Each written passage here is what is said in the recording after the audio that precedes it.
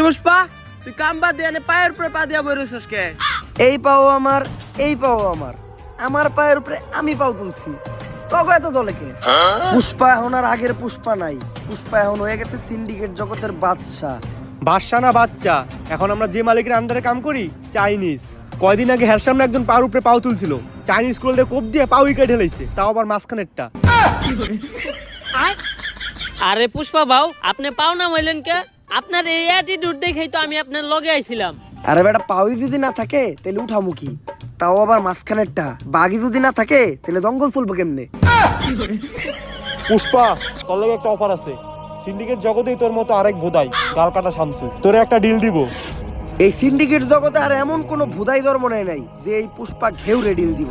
পুষ্পা নিজের ছাড়া অন্যের কাজ করে না, কারণ পুষ্পা ঝুঁকেগা নেই। থাক, 50 লাখ টাকার একটা ডিল ছিল, অন্য করে দেইগা। আরে 50 লাখ টাকার লেগে তো ঝুঁকাই যায়। 50 লাখ টাকার লেগে পুষ্পা ফির ঝুঁকেগা নেই, ডাইরেক্ট সুইয়া পড়েগা।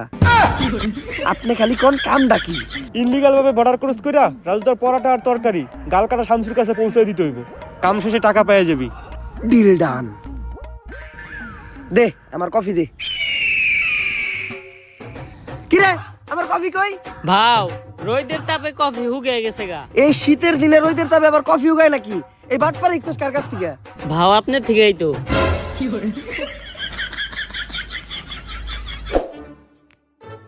ভাও, একটা কথা আপনারে কখনো জিজ্ঞানো হয় নাই। কি? আপনার বাউ কাজ সবসময় উঁচা হয়ে থাকে কে? আরে বেটা, যে হাত দিয়ে বেশি কাজ করা হয় ওই হাতের রক্তটা না খেয়া ওই ঘাড় উঁচা হয়ে যায়। কিন্তু বাউ, আমরা বেশিরভাগ কাম করি ডাইন হাত দিয়া। ডাইন কাত উঁচা হওয়ার কথা, আপনার বাম কাত উঁচা হয়েছে কে? বাম হাত দিয়ে কি কাম করছেন?